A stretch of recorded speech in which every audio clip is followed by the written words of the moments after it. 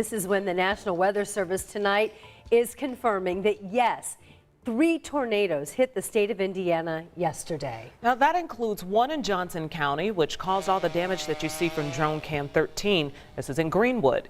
The National Weather Service has yet to issue a rating indicating the strength of that tornado. But you can get an idea of the power of the storm when you see this video here. This spiral, this twister, gets even stronger, and it's hitting an apartment complex which was mostly under construction.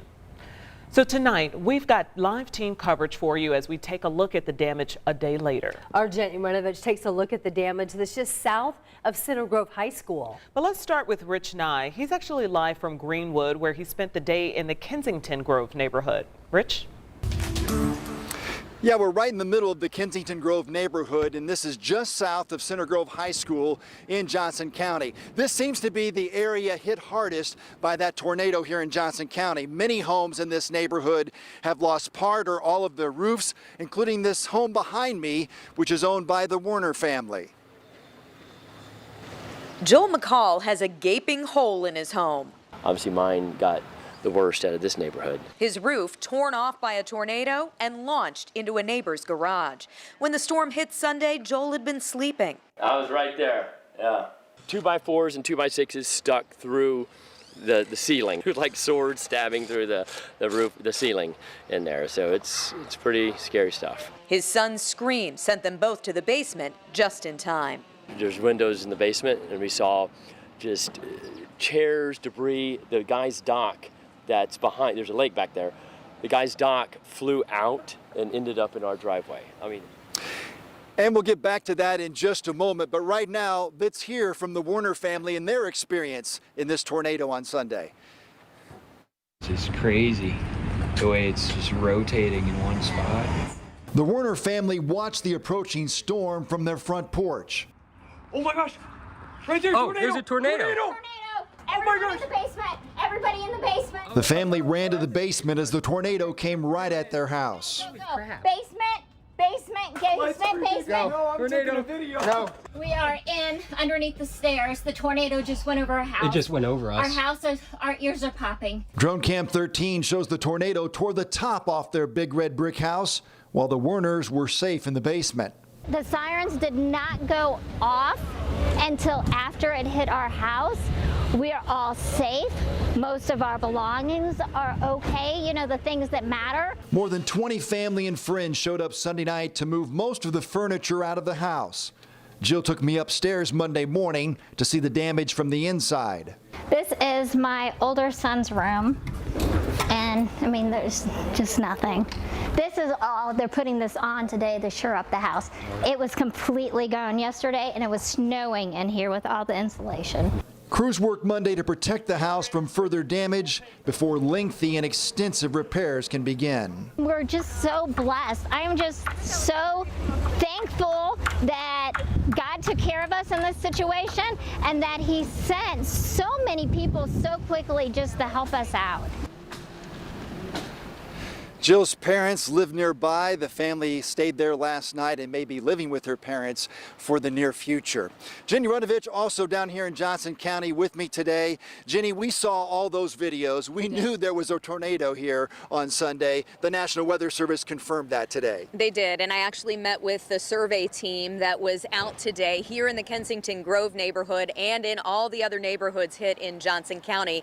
They are still determining the exact path, the exact strength of this storm, but they tell me, at least in this neighborhood, probably 110 mile an hour winds hit this neighborhood with that tornado. And once it hit Kensington Grove, it basically tracked east just south of Center Grove High School to another neighborhood right on a lake.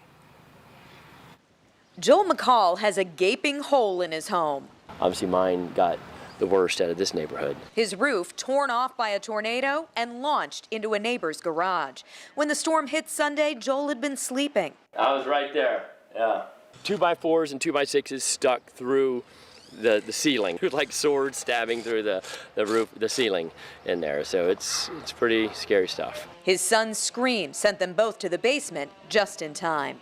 There's windows in the basement, and we saw just chairs, debris, the guy's dock that's behind, there's a lake back there.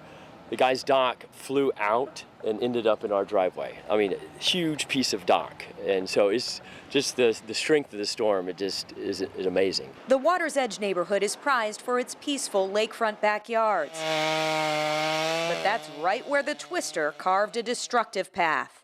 So it came through that, and it was coming from that white house across the lake. So it came across the lake, and then once it hit the lake, whoa, I mean, it like sped up. Literally just out of nowhere, the storm came through and took out our entire backyard, our deck. Kelly Hines' family just put in this pool. Now it has an unwanted swimmer. So this was the roof of our pavilion. It used to be over there in the corner. But she's thankful they got their 4 girls inside to safety before that tornado roared through. And it just came right this way. Homes much easier to fix, knowing no one got hurt. So Joel's home is actually one of 75 that were damaged here in Johnson County. The good news, Rich, is power mostly restored in this area, but a lot of cleanup still to come. For sure, and you can see tarps in this neighborhood everywhere. Yeah. I think probably at least half of those 75 homes in Johnson County are in this neighborhood. And at 5:30, we're going to take you for a walk around this neighborhood. Just behind this house, there are 2 other homes that sustained significant damage. We'll have that for you at 5:30. All right, thanks so much. It's amazing to see how significant the damage is there, and yet how resilient the homeowners are, and grateful that it wasn't worse. Rich and Jenny reporting live for us tonight. Thank you. I mean, truly, it is astounding. The National Weather Service confirming 2 other tornado touchdowns as well. One was in southwest Monroe County, and the other was in Martin County, which is south of Shoals. So here's a look at the damage in Martin County. The emergency management director says it destroyed 2 houses in the rural area, killing 1 person and hurting another. And like the other tornadoes, we don't yet know the strength of this one. But as you can see in the video, it rippled through a house, even pushing it off the foundation and tossing pieces of it everywhere. It also split many of the trees surrounding the house into pieces. And ladies, I mean, they said it already, but this is amazing that no one was hurt in this. Absolutely. And just in from the Weather Service, we now have that rating indicating the strength of the tornado that hit Johnson County. What have you learned? EF1, so that means winds, they're thinking max winds 100 to 110 and thinking on the ground for 3 to 4 miles. Still may see some updates on that. And I will tell you, we do still have survey teams across the southern part of the state, so we may see this tornado tally climb over the next couple of days. But the latest coming from the National Weather Service, that Johnson County tornado rated at an EF1 with maximum winds 100 to 110 miles per hour. This is live Doppler 13 radar over the last hour, showing a few spotty showers, nothing severe, but we are tracking a few pockets of steadier rain. It's a broken line that extends along I-70 and just north of 70. We go west of Indianapolis. We've got some pockets of steady rain, Ladoga, south to Rochdale, also into the Brownsburg area, north side of Marion County, near Broad Ripple and Meridian Hills, and then east we've got some pockets of steadier rain.